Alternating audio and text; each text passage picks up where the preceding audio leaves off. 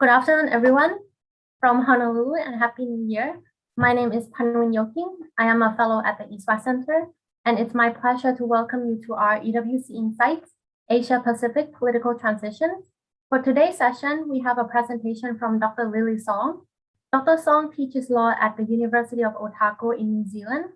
Prior to her appointment at Otago, she taught at the University of South Pacific in Vanuatu for 3 years. Dr. Song's research revolves around legal issues related to China and Pacific Islands. Her work has been published in various journals, including International Journal of Marine and Coastal Law, Journal of Pacific History, and Journal of South Pacific Law. She is currently the Secretary of New Zealand Asian Studies Society and serves as co-editor on the Otago Law Review, as well as on the editorial board of International Journal of Refugee Law, New Zealand Journal of Asian Studies, Climate Law and Policy, as well as Journal of South Pacific Law. She was a visiting scholar at Oxford University and a visiting fellow at the University of Michigan, as well as an Australian Endeavour Postdoc Fellow at Australian Centre on China in the World at Australian National University. She holds a Bachelor's of Law from Shanghai University of Finance and Economics and a Master of International Law from East China University of Law and Politics, as well as PhD in Law from Victoria University in Wellington. During her presentation this afternoon, Dr. Song will discuss 3 unsettled boundaries in the South Pacific. First, the dispute between France, New Caledonia, and Vanuatu over Matthews and Hunter Islands. Second, the dispute between Fiji and Tonga over the Minerva Reefs. And third, Tonga historical claim to the maritime area within boundaries defined in Tonga's Royal Proclamation. In terms of logistics, Dr. Song's presentation will be roughly 40 minutes long. Then we will transition to a 20-minute Q&A session. And I encourage all attendees to participate by sharing your questions and comments in the Q&A box. We will try our best to get through as many questions as possible. Lastly, I would like to make a quick announcement that the next EWC Insight speaker will be Dr. Courtney Work, and her talk will be on February 16th at 2 p.m. Hawaii Standard Time. And the title of her talk is The Art of Living in a Blasted Forest. Without further ado, over to you, Dr. Song, to start your presentation. Kia ora, everyone. Thank you very much, Van Wien, for the kind introduction. Following Pacific traditions, I would like to take some time to talk about where I come from and how I started doing research on boundary disputes in the South Pacific region. Now, let me share my screen with you.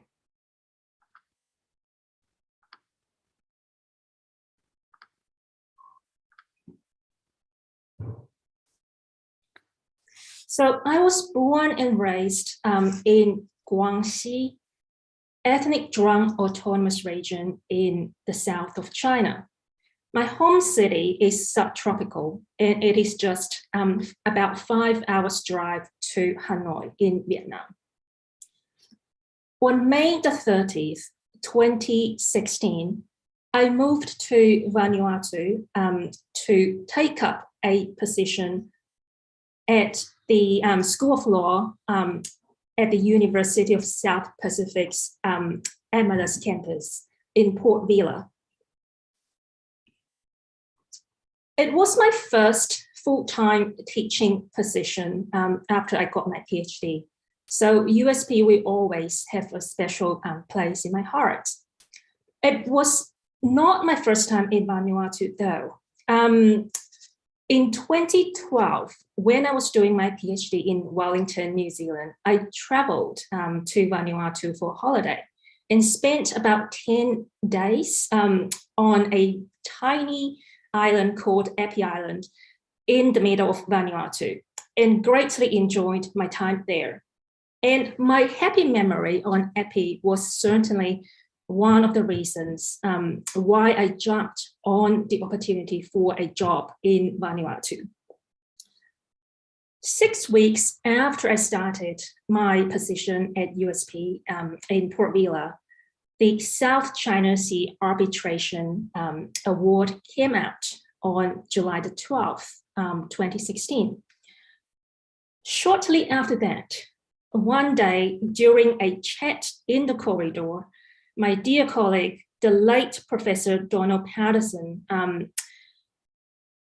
who was affectionately known as Papa Don on Emma's campus, gently encouraged me to give a seminar on the South China Sea Arbitration Award for the students.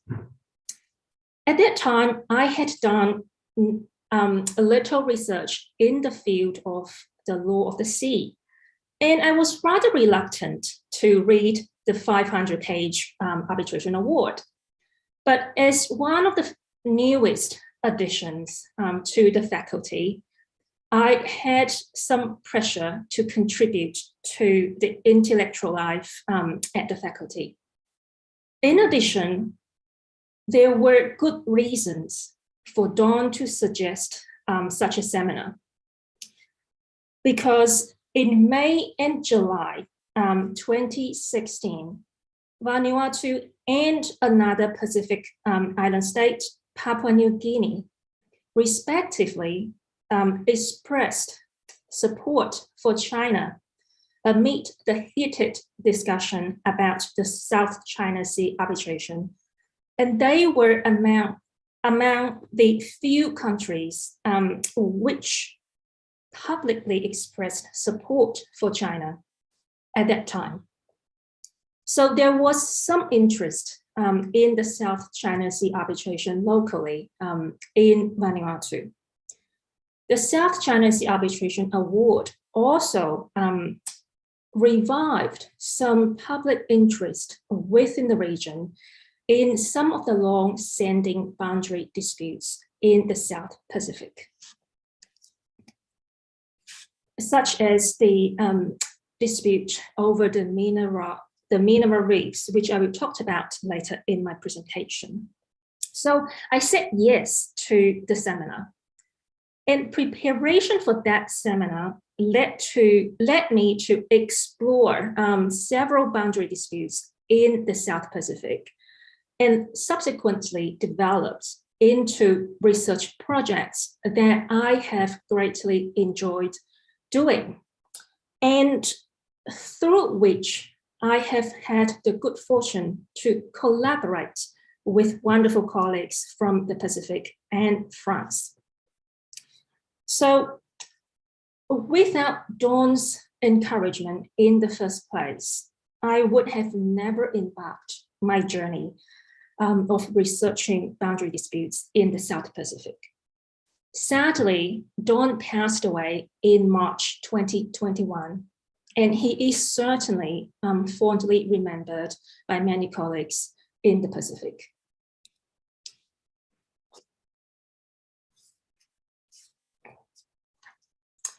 So in today's presentation, I'm going to talk about three boundary disputes in the Pacific.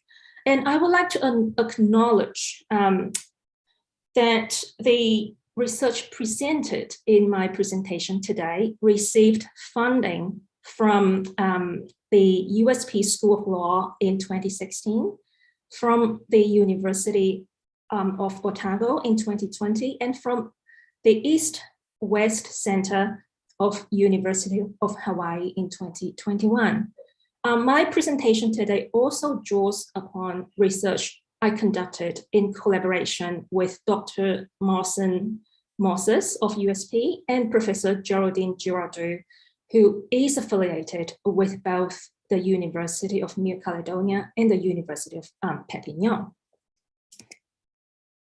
And here's my presentation outline. I slightly adjusted the sequence of the boundary disputes I'm going to talk about. So first, I will talk about the Tongan Box issue, and then the Minerva Reefs issue that is a dispute between Fiji and Tonga. And lastly, I will talk about the Vanuatu French dispute over Matthew and Hunter Islands. I am mindful that I am talking to a general audience who do not necessarily have a legal background. So what I try to do in my presentation today is to give an introductory discussion without going into every detail of the relevant legal issues. I am, of course, happy to answer questions after my presentation. So the first one, the Tongan Box. In 1887, King George Tupou I issued a Royal Proclamation claiming all islands, rocks, reefs, foreshores and waters embraced by a rectangle boundary for his kingdom. This rectangle boundary is also known as the Tongan Box. Nowadays, Tonga claims the marine area within the Tongan Box as its historic waters. In its submissions to the UN Commission on the Limits of the Continental Shelf, Tonga stated that it had the longest continuous legal claim of historic title to marine domain in the world as a result of the 1987 proclamation. Strictly speaking, no country has officially disputed Tonga's historic title claim to the Tongan Box. However, the maritime boundaries between Tonga and most of its neighbors, including Fiji, Samoa, American Samoa, and Niue, have not been delimited. So potentially, the Tongan Box could create issues when the countries decide to delimitate the boundaries. For example, the exclusive economic zone formally declared by Fiji overlaps with the Tongan Box. So it is worth asking, does Tonga have a valid historic water claim to the Tongan Box? Within the current legal framework, the legal regime of historic waters is by and large found in customary international law. In an influential study by the International Law Commission in 1962, the Commission noted that claims to historic titles to marine areas should be evaluated on a case-by-case basis, because it would be extremely difficult to arrive at a list that would really be final. And such a list might induce states to overstate their historic claim and their opposition to the claims of other states. A similar view was adopted by the International Court of Justice in the 1982 Tunisia versus Libya case. The International Law Commission identified 3 key factors that should be taken into consideration when determining whether a state has a valid claim to historic titles. First, the authority exercised by the claiming state on the relevant marine area must be sovereignty. Any authority more limited in scope than sovereignty would not suffice. A mere proclamation without action would not suffice either. For example, a state could not claim historic title to a marine area based on a limited right, such as the right to fish, in that area, or on the mere fact that its citizens have been fishing for a long time in that area. In contrast,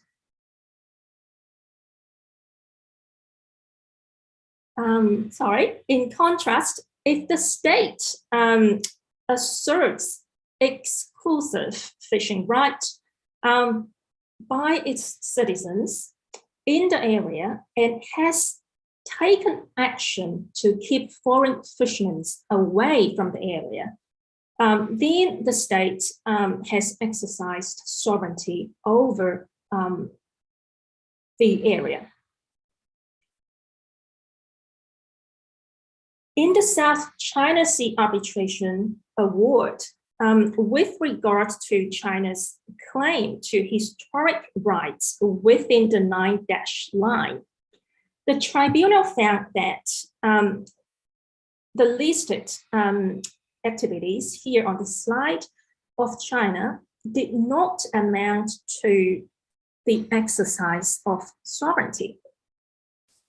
Conversely, China's commitment to respect the freedom of navigation and the freedom of overflight in the South China Sea was evidence showing that China did not exercise sovereignty over the South China Sea.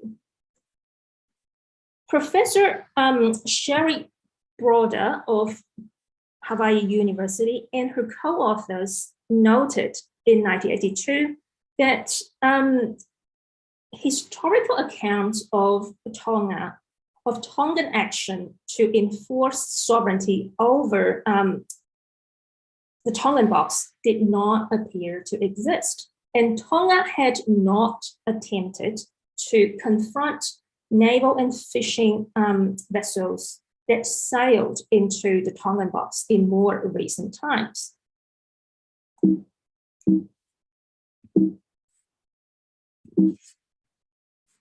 However, they convincingly argued that it would seem too strict to extinguish Tonga's claim merely because it was not able to keep all foreign fishing vessels away from the waters within the Tonga Box. Permitting the extinction of Tonga's claim merely because it did not directly confront the intrusions could promote a policy allowing more powerful nations to change maritime boundaries by simply sail into their waters. Instead, Tonga's remote natural location, relatively small size, and relatively poor economic conditions should be taken into account when determining whether it had effectively exercised sovereignty over the Tongan Box. I agree with this approach. Tonga would, however, if it wants to establish its historic title, it would need to show that it has taken or attempted to take actions within its capacity and resources as the sovereign of the waters enclosed by the Tongan Box. The second key factor to be considered is the continuity of the exercise of sovereignty. So such continuity must be demonstrated for the establishment of a valid historic title claim. Currently, there are no settled universal standards as to when sufficient time has passed to give rise to a historic title. If Tonga can establish that it has exercised sovereignty since the proclamation in 1887, then more than 120 years have passed, and that would seem to be long enough to establish the continuity of the exercise of sovereignty. As to the third factor, attitude of other states. Sorry to interrupt. Do you have issues with your slides at the moment? No, it looks good. It's fine? All right, yeah. Okay, perfect. Sorry. Thank you. As to the third factor, toleration by other states, especially neighboring states, is required. Inaction from other states is sufficient. As far as I know, there is no evidence showing that any state has explicitly objected to Tonga's claim to historic titles to the marine area within the Tongan Box. Although similar claims to historic titles within rectangle boundaries made by the Philippines and the Maldives met with protest by other countries and have since been abandoned. Now let's move on to the Minerva Reefs. The Minerva Reefs, also known as Ongo Teleki in Tongan language, are two coral reefs located southwest of Tonga's main islands and southeast of Fiji's main islands. They are uninhabited, very small, but they are popular anchorage for yachts traveling between New Zealand and Tonga or Fiji. From the Fijian perspective, the Minerva Reefs are located within Fiji's exclusive economic zone, the boundary of which has been deposited by Fiji with the United Nations in the early 1980s. On the other hand, Tonga, mainly relying on a 1972 Royal Proclamation, claims that it has sovereignty over the Minerva Reefs, as well as the waters within a 12-mile radius around the reefs. These competing claims have led to notable incidents in the South Pacific region, where the Pacific Way really emphasizes friendly negotiation and consultation. For example, in May 2011, the Fijian Navy destroyed a navigation beacon that had been set up by Tonga on the South Minerva Reef, leading to a round of exchange of diplomatic protests from both countries. To fully understand the dispute over the Minerva Reefs, it is necessary to look at the history of these two reefs. The Minerva Reefs are said to have been a traditional fishing ground for the Tongans, as well as for the Ono Ilau people in Fiji.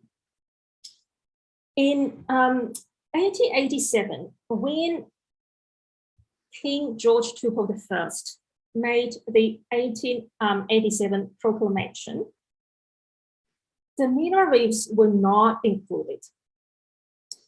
One theory is that they were considered useless at that time and were left out because they were far away from sea routes in those days.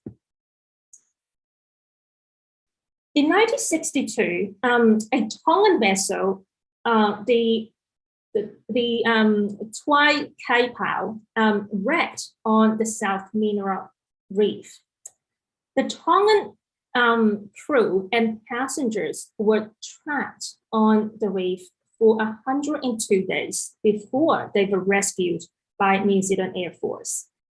Several Tongans died during the accident and were buried on the South Minerva Reef. This 1962 incident undoubtedly sealed Tongans' emotional connection to the Minerva Reefs. But Tonga did not claim Minerva Reefs until 1972, when a group of private individuals tried to claim sovereignty over both reefs. So this group of individuals tried to announce that they establish a republic of Minerva on the reefs. This group even created their own coins, as shown here, and they also sent an announcement of sovereignty to more than 100 nations, inviting recognition. So in response, Tonga claimed sovereignty over the Minerva Reefs in June 1972.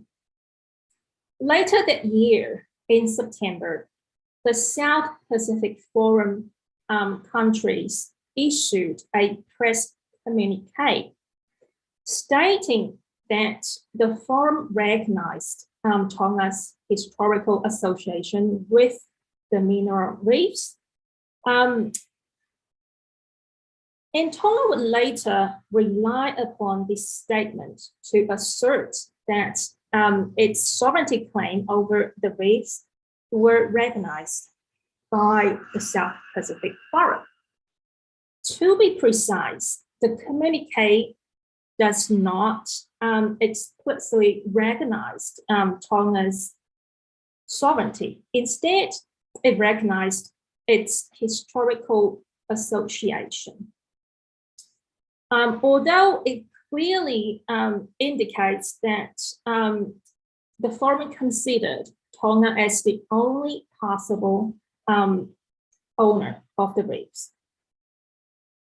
There is evidence showing that at that time, Fiji, which was a member of the forum, did not claim the Minerva Reefs. Its position at that time was that if any country had a claim to the reefs, it would clearly be Tonga. It should be noted that in 1972, the international legal regime of the exclusive economic zone had not established. So Fiji had no apparent legal ground to claim the Minerva Reefs. At that time, Fiji clearly viewed Tonga as the only possible owner of the reefs, but had some reservation as to whether any country had a claim to the reefs at all. And such reservation was well-founded, in my view. Public information in English generally shows that the Minerva Reefs were entirely submerged at high tide in 1972 and remain so nowadays. It means that the reefs are low tide elevations. In 1972, there were no clear rules as to whether low tide elevations in the high seas were appropriable. Shortly before the 1972 proclamation, Tonga sent a team of prisoners to the Minerva Reefs to build structures that would stay above water at high tide.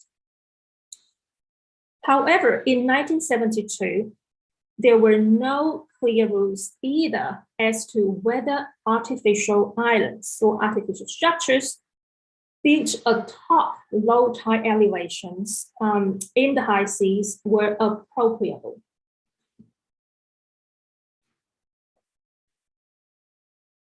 Since then, three developments in international law have had implications on claims over the reefs. First, the legal regime of exclusive economic zone was established in the late 1970s and early 1980s. This gave rise to Fiji's claim. Second, it has become clear that states cannot acquire sovereignty over low tide elevations located outside their territorial sea. Thirdly, the 1982 UN Convention on the Law of the Sea clearly provides that artificial islands in exclusive economic zones do not possess the same statute as natural islands and should have no territorial sea of their own. So where does that lead us to? The Minerva Reefs, if proved to be low tide elevations, are not appropriable and are not capable of generating a 12-mile territorial sea of their own. And man-made structures on top of them will not change that. Interestingly, while Tonga, domestic Tongan law previously asserted the waters within a 12-mile radius around the Minerva Reefs were Tongan territorial seas, before 2009, the 2009 Tongan Maritime Zones Act classifies such waters as historic waters of Tonga. In our article published in 2018, Dr. Moses and I argued that if the Minerva Reefs are low tide elevations, such historic water claim would be inconsistent with the principle of the land dominates the sea and would find little support in existing judicial decisions. Although public information in English generally suggests that the Minerva Reefs are low tide elevations, the determination of their legal status will require accurate scientific evidence and careful selection of tidal datum. Because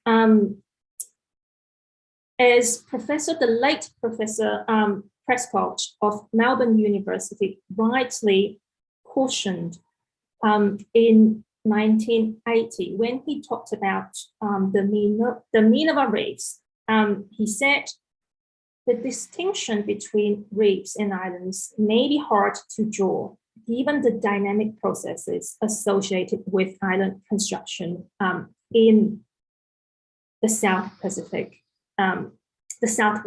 Pacific. It is also important to emphasize that both Fiji and Tonga have expressed preference for friendly negotiation over litigation as a way to find solution to this dispute.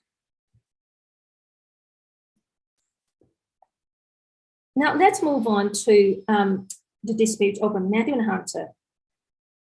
Matthew and Hunter are two uninhabited volcanic islands located southeast of Vanuatu and east of New Caledonia, which is a French territory. Culturally, Matthew and Hunter Islands are at the center of Vanuatu legends, describing the arrival of the great god, Manui Tikitiki, in Tawhea Islands. In contrast, the Kanaks, the native people of New Caledonia, has no legend about these two islands. Currently, both Vanuatu and France claim sovereignty over Matthew and Hunter. The dispute has long been a strain on Vanuatu and French relation. For example, in 2005 and 2014, Vanuatu threatened to take the dispute to the United Nations. The dispute has also affected the two countries' relation with other countries in the South Pacific region. For example, in August 2017, Vanuatu officially complained to New Zealand that a New Zealand research ship asked New Caledonia instead of Vanuatu for permission to conduct research near Matthew and Hunter. Matthew and Hunter are only 0.7 and 0.6 square kilometers, respectively, in land area. And their economic value mainly lies in the exclusive economic zone that they could potentially generate and the marine resources that come with them. Both France and Vanuatu have declared a 200-mile exclusive economic zone around the two islets, and the exclusive economic zones around them is estimated to cover an area of 185,000 square kilometers. Following the South China Sea Arbitration Award, there was some discussion about whether Matthew and Hunter were indeed capable of generating exclusive economic zones around them. If they are islands within the meaning of the UN Law of the Sea Convention, then they can generate exclusive economic zones around them. If they are rocks, however, they cannot. Rocks can only generate a 12-mile territorial sea and a 12-mile contiguous zone around them, not exclusive economic zones. It is undisputed that Matthew and Hunter are both above water at high tide. The key question is, can they sustain human habitation or economic life of their own? According to the South China Sea Award, which significantly considered the meaning of the phrases sustain human habitation and sustain economic life of their own under Article 121 of the UN Law of the Sea Convention, to sustain human habitation means to provide that which is necessary to keep humans alive and healthy. At a minimum, sustained human habitation would require that a land be able to support, maintain, and provide food, drink, and shelter to some humans to enable them to reside there permanently or habitually over an extended period of time. And consideration must be given to the land features natural conditions without artificial addition. As you can see on the pictures here, imagine on Matthew, the eastern part in this picture is volcanically active with no vegetation. The eastern part of it has grass, but no trees. French studies find Matthew consists mainly of rocks with little soil. On Hunter, there are many trees, shrubs, and some ferns, which may be a source of food for humans. And the presence of these plants suggests that the soil on Hunter may be used to grow food. However, neither Hunter nor Matthew has surface fresh water. In the Pacific region, as a matter of fact, human communities have developed on atolls with no natural surface fresh water, such as the Atafu Atoll in Tokelau, where drinking water comes from rainwater, small underground water lengths, and coconut water. However, Matthew and Hunter are not atolls and are significantly smaller in land area than those atolls. It is unclear whether Matthew or Hunter can offer adequate alternative sources of drinking water. Turning to the question of economic life,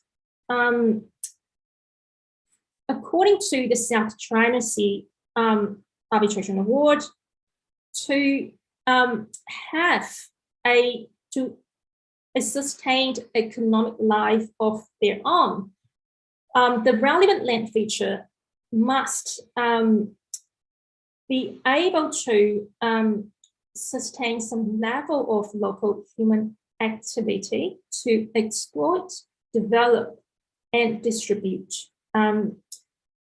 resources present on the land feature on an ongoing basis.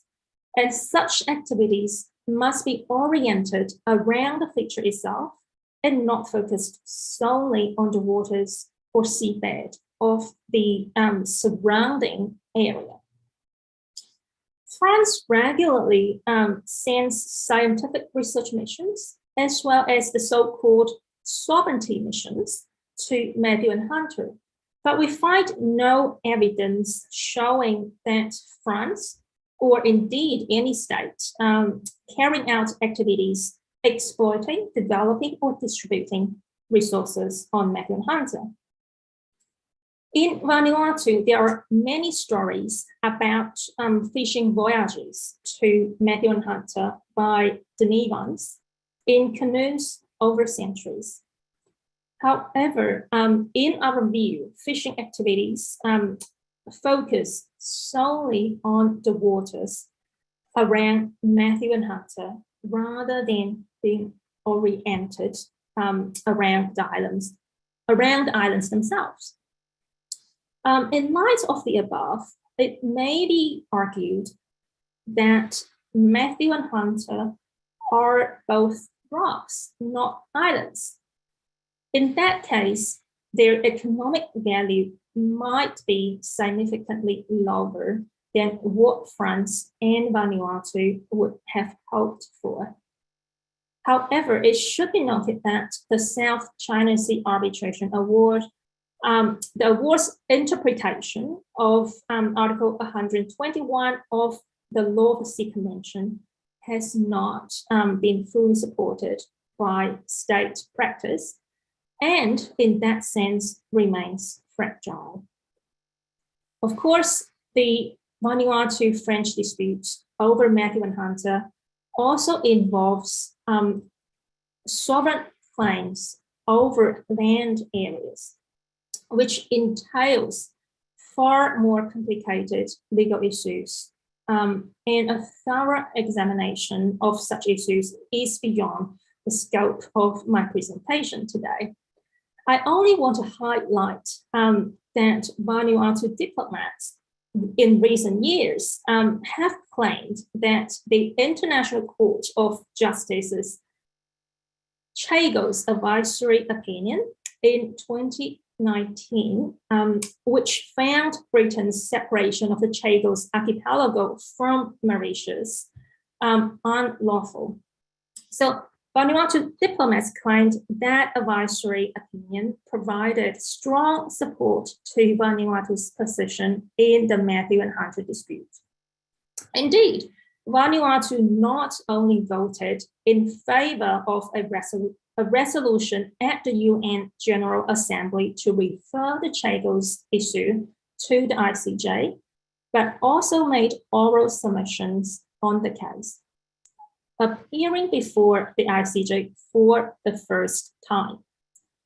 In 2019, Vanuatu also sent a delegation to East Timor to learn about their experience in utilizing the Law of the Sea Convention to negotiate and settle a border dispute with Australia.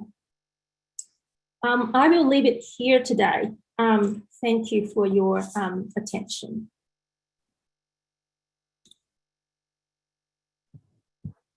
Thank you, Lili, for the excellent and detailed presentation. So let's now move on to the Q&A session. And we have several questions from the audience. And the first questions pertain to the maritime law. And that is, can low-lying islands that will be eventually submerged due to rising sea level still claim jurisdiction over fishery and mineral rights? It's a very good question, and it is a complicated one. As far as I know, the current legal framework is, to say the least, unclear on that issue. And my information is that quite a number of Pacific Island states are advocating at the UN for the possibility for the allowance of them retaining such rights after the islands become entirely submerged. So that's what they are advocating for. Got it. Thank you. The next question requires some elaboration. Can you elaborate on the, sorry, let me scroll down. Can you elaborate more on the historical titles as proof? Sovereignty, thank you. That's the question. So can I elaborate more on historical titles to, sorry, can you repeat? Right. Can you elaborate more on historical titles as proof sovereignty? Yeah, thank you for that question. Proving the exercise of sovereignty is, as the International Law Commission noted, could be difficult and not always straightforward. On the one end of the spectrum, activities such as expelling foreign fishery vessels are widely regarded as an activity of exercising sovereignty. But there is no consensus or clear criteria for determining exactly what or which activity amounts to the exercise of sovereignty or not. In some of the scholarships that I have consulted, my understanding is that some actions, such as the placing of a lighthouse or navigation beacon, could be regarded as an action exercising sovereignty in certain circumstances, whereas in other circumstances, they were not considered as an action of exercising sovereignty. So there is no easy and simple answer to that question. And it has to depend on the circumstances of each case. Okay, thank you. The next question is, where legal precedent is being set on maritime law, how much does it factor in diverse traditions and relationships with the sea, islands, and rocks? How much of the maritime law is pushing a Western framing over indigenous framing? the interface of indigenous rights and the law of the sea is a very interesting and still developing area.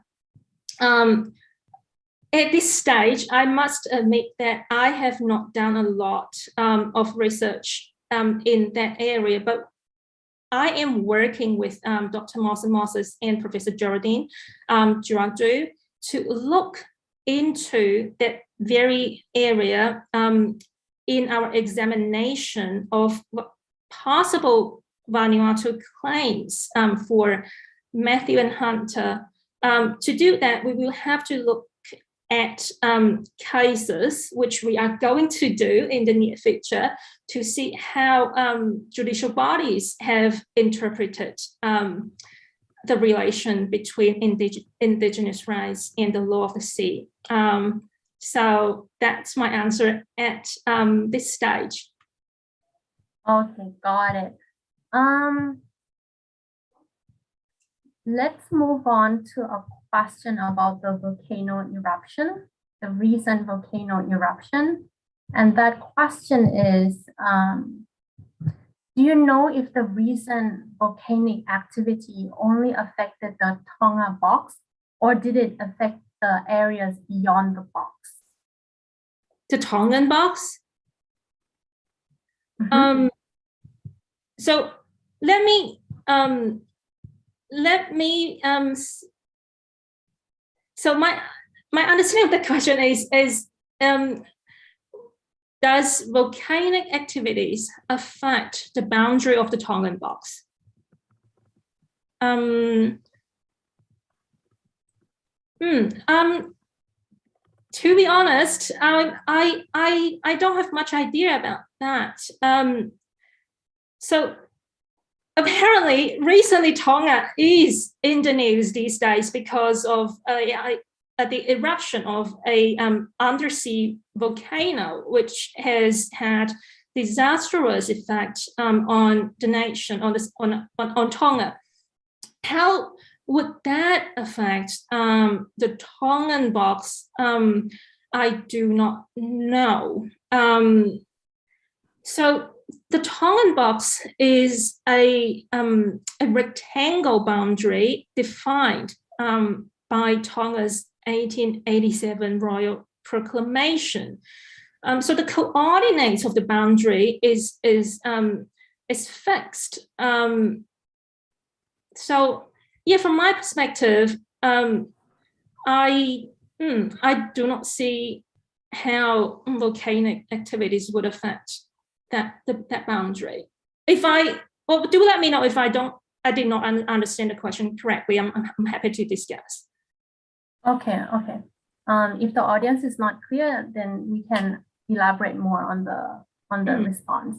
The next question is, did the activities of Michael Oliver's Ocean Life Research Foundation on Minerva Reefs influence the archipelagic provisions taken up by UNCLOS in the late 1970s? That's a very interesting question. To the best of my knowledge, I don't think there was any link between their activities, the Ocean Life Foundation activities, and the UN Convention on the Law of the Sea. But during my research, I do found a very interesting connection between Michael Oliver's activities on the Minerva Reefs in 1972 and Matthew and Hunter Islands. You know, so this is not in my presentation, but in 1963, two private individuals brought or initiated proceedings before the joint court in the New Hebrides, which was Vanuatu before independence. So these two private individuals claimed ownership of Matthew and Hunter, which at that time they said were not claimed by any state. And and one of these two individuals, an Australian, claimed in his memoir that he met Michael Oliver a few years later, and Michael Oliver got the idea of establishing a micronation from him. So that's an interesting backstory I would like to share. Got it. Thank you. I don't see any more questions. There's one question. Would it be advantageous for island nations to develop some kind of coalition similar to the OPEC in order to leverage their maritime rights?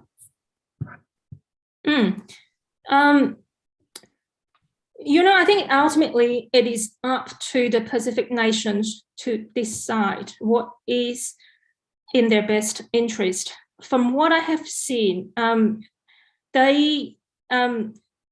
the Pacific nations have strived to make collective efforts to advance their best collective interest on matters that really are important to them, such as the climate change issues and nuclear, anti-nuclear issues. And I think in the history of the law of the sea, the Pacific island nations have played an important yet understudied role. And I have seen collective actions by Pacific nation countries these days to advocate for changes to the law of the sea, ensuring that their rights and benefits could be better protected. As to whether there is a need for a formal coalition in the form of an official regional organization, I think it is a question that can be best answered by Pacific Islanders. Got it. Thank you. One last question. Does China's 9-dash line recognize the Tongan Box or the Minerva Reefs? I think the short answer is no, because that there is really some distance between the 9-dash line that China claims and the Tongan Box if you look at the map. So there is no overlap. But I think it would be a good question to ask whether China recognizes Tonga's claim to the Tongan Box. This is something I haven't looked into yet, and I'm not sure whether there is public information about that. But it would be something interesting to look at and to think about. Got it. Thank you very much. Unfortunately, we're running out of time, but I would like to extend a big thanks to all our audience for participating and joining this afternoon. And I again would like to invite everybody back to our next EWC Insights on February 16th at 2 p.m. for a talk by Dr. Courtney Work. Until then, have a wonderful